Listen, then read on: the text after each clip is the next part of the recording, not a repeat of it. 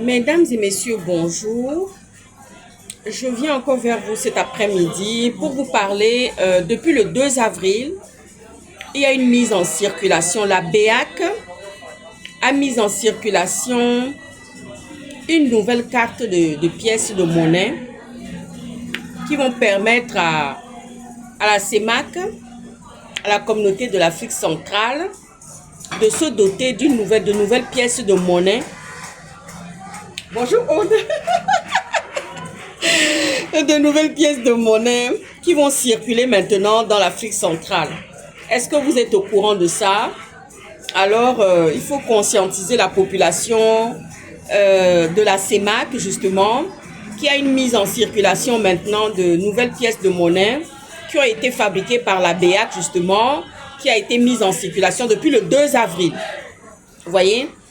Donc ça, c'est très important. C'est des choses dont M. Oligui aurait dû vraiment en parler, c'est-à-dire que le ministre de l'économie et des finances et du budget au Gabon, c'est à ça qu'il aurait dû s'atteler, à parler aux Gabonais, que maintenant il va y avoir des nouvelles pièces de monnaie mises en circulation depuis le 2 avril par la BEAC justement, et qui concernent la communauté, la CEMAC, de la communauté des États de l'Afrique centrale. Donc ça, c'est très important. Et je voulais aussi parler des échanges sur le plan médical entre communautés, entre pays communautaires justement, qui font partie de la CEMAC justement. Des échanges au niveau médical peuvent vraiment se mettre en place aussi. Ça, c'est des choses que j'aimerais que notre pays puisse se doter, voilà, parce que je n'appelle pas quelqu'un maintenant à venir mettre quelque chose. Personne n'est encore élu, ni M. Oligui, ni Alain-Claude Billy-Binze, personne n'est encore élu, donc il faudra que le nouveau président s'attelle à mettre des échanges sur le plan médical justement, parce que je me souviens de l'histoire de la ventoline. L'histoire de la ventoline que Eric Otete avait cherché dans plusieurs pharmacies.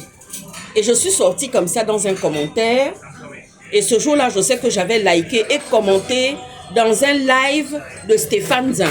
Le même Stéphane Zin qui a quitté maintenant, comment dire ça, la communauté des activistes de France, de Paris, pour aller rejoindre Brice Clotaire Oligui Nguema,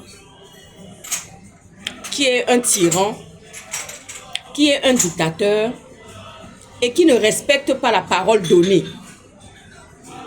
Donc, ça serait bien qu'il y ait des échanges parce que cette histoire de ventoline, ça m'a traumatisée.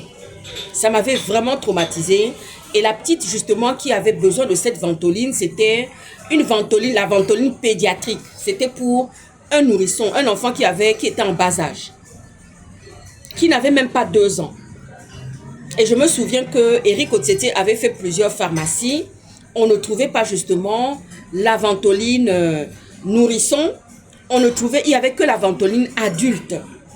Et je me souviens que j'avais mis un gros commentaire, vraiment très explicite, très pertinent, dans le live de Stéphane Zin, pour lui dire que ça serait bien que qu'on pouvait demander justement aux pays voisins de la ventoline, de leur dépanner en ventoline pédiatrique justement, pour permettre de soulager cette petite, c'était possible. Mais je vais vous dire, à cette époque-là, il n'y avait pas possibilité de demander quoi que ce soit. Je me suis rendu compte de beaucoup de choses. Vous savez, on n'a pas besoin de vivre au Gabon pour comprendre et connaître l'extrême pauvreté et misère dans laquelle certaines personnes vivent. On n'a pas besoin d'être au Gabon.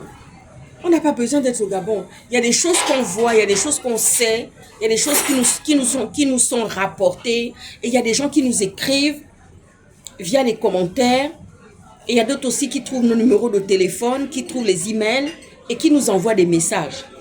J'aimerais que Oligui, qui a soi-disant maintenant trouvé des liens de parenté, qui a des liens de parenté avec la Guinée équatoriale, qui ait des échanges sur le plan médical justement, pour permettre aux Gabonais d'aspirer au mieux. Les échanges médicaux peuvent se faire entre les États communautaires, et ce serait très important, ce serait construire quelque chose de fort et de très important.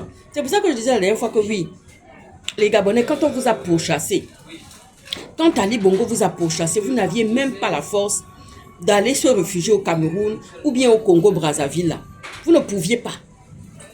Parce que c'était trop compliqué pour vous. Parce que vous êtes des gens qu'on n'aime pas. On ne vous aime pas. On ne vous apprécie pas. À cause de vos mentalités. À cause de votre côté édungé là. C'est pour ça qu'on ne vous aime pas, qu'on ne vous apprécie pas.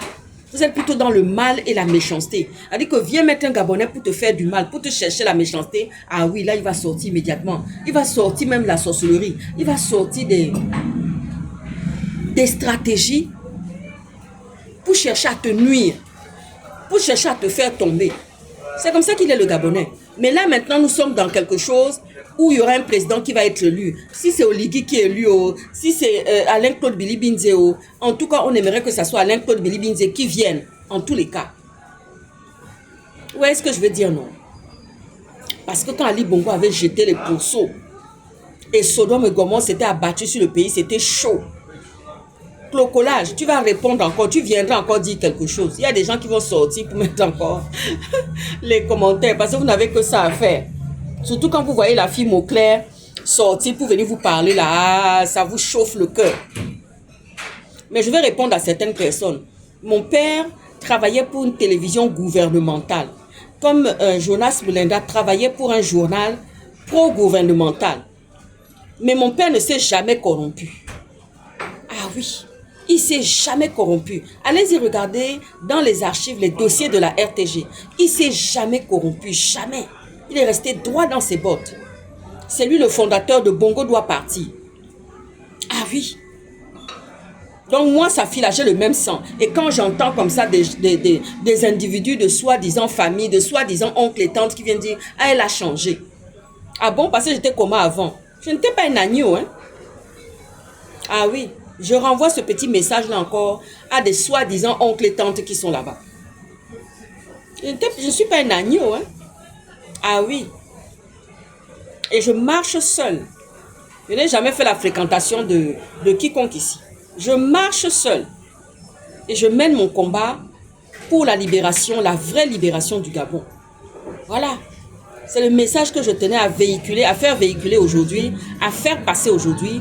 En tous les cas, la BEAC, depuis le 2 avril, a fait une carte, une distribution, une nouvelle fabrication de pièces de monnaie.